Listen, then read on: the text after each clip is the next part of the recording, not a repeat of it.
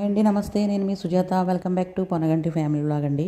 ఈరోజు దోసకాయతో ఒక కర్రీ చూపించబోతున్నాను.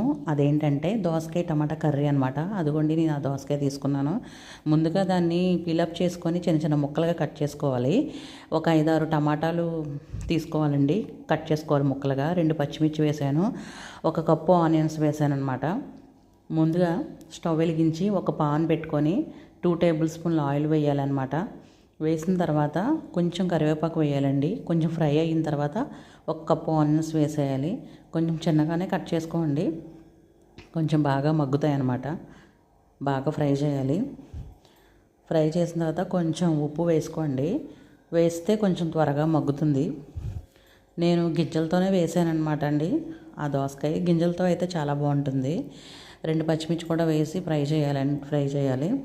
తర్వాత బాగా ఫ్రై అయిన తర్వాత ఈ టమాటోస్ కూడా వేసి బాగా మగ్గనివ్వాలన్నమాట అండి. అంటే కొంచెం మూత పెట్టుకుంటే త్వరగా మగ్గుతుంది. మగ్గిన తర్వాత మనం ముందుగా కట్ చేసుకున్న దోసకాయ ముక్కలను కూడా వేసేసేయాలండి. వేసి కొంచెం ఫ్రై చేసుకోవాలి. బాగా ఫ్రై చేసుకోవాలన్నమాట కలుపుకొని.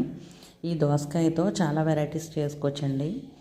దోసకాయ టమాటా కర్రీ చేసుకోవచ్చు, దోసకాయ పప్పులో వేసుకోవచ్చండి, దోసకాయ పచ్చడి చేసుకోవచ్చు.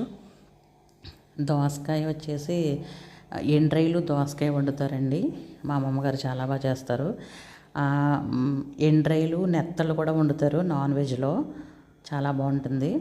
తర్వాత వచ్చేసి ఒక 1/2 స్పూను పసుపు, 1 టేబుల్ స్పూన్ కారం వేసాను అనమాట అండి. కొంచెం కారం దీనికి తక్కువగానే వేసుకోవాలి, మరీ స్పైసీగా కాకుండా. చాలా టేస్టీగా ఉంటుందండి ఇది. అలా కలిపిన తర్వాత కొంచెం మగ్గనివ్వాలన్నమాట. అది కొంచెం పచ్చివాసన పోతుంది.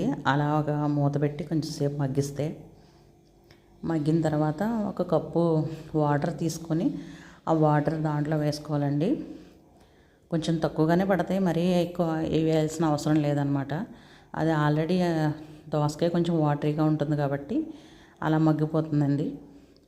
మళ్ళీ కలుపుకొని లిడ్ పెట్టేసుకోండి. దీంతో చాలా చేసుకోవచ్చు. ఇంకా మటన్ దోసకాయ కూడా వండుతారు, చాలా బాగుంటుంది అనమాట అండి. ఇదిగోండి, నేను మూత తీసాను, బాగా మగ్గుతుంది. తర్వాత ఇంకా మగ్గాలన్నమాట అండి. కొంచెం నేను కొత్తిమీర వేసాను. వేసి బాగా దగ్గరికి, వాటర్ ఏమీ లేకుండా కొంచెం దగ్గరికి ఎగిరేలా చూసుకోండి. అలా కన్సిస్టెన్సీ చూసుకొని మనం దించుకోవడం అంతే అండి. ఇది మీకు ఇంట్లో వాళ్ళకి పెట్టండి, చాలా టేస్టీగా ఉంటుంది. ఎలా వచ్చిందో నాకు కామెంట్ సెక్షన్లో చెప్పండి. సబ్స్క్రైబ్ చేయండి, మీ ఫ్రెండ్స్కి రిలేటివ్స్ షేర్ చేయండి. థ్యాంక్ యూ అండి. Thank you all.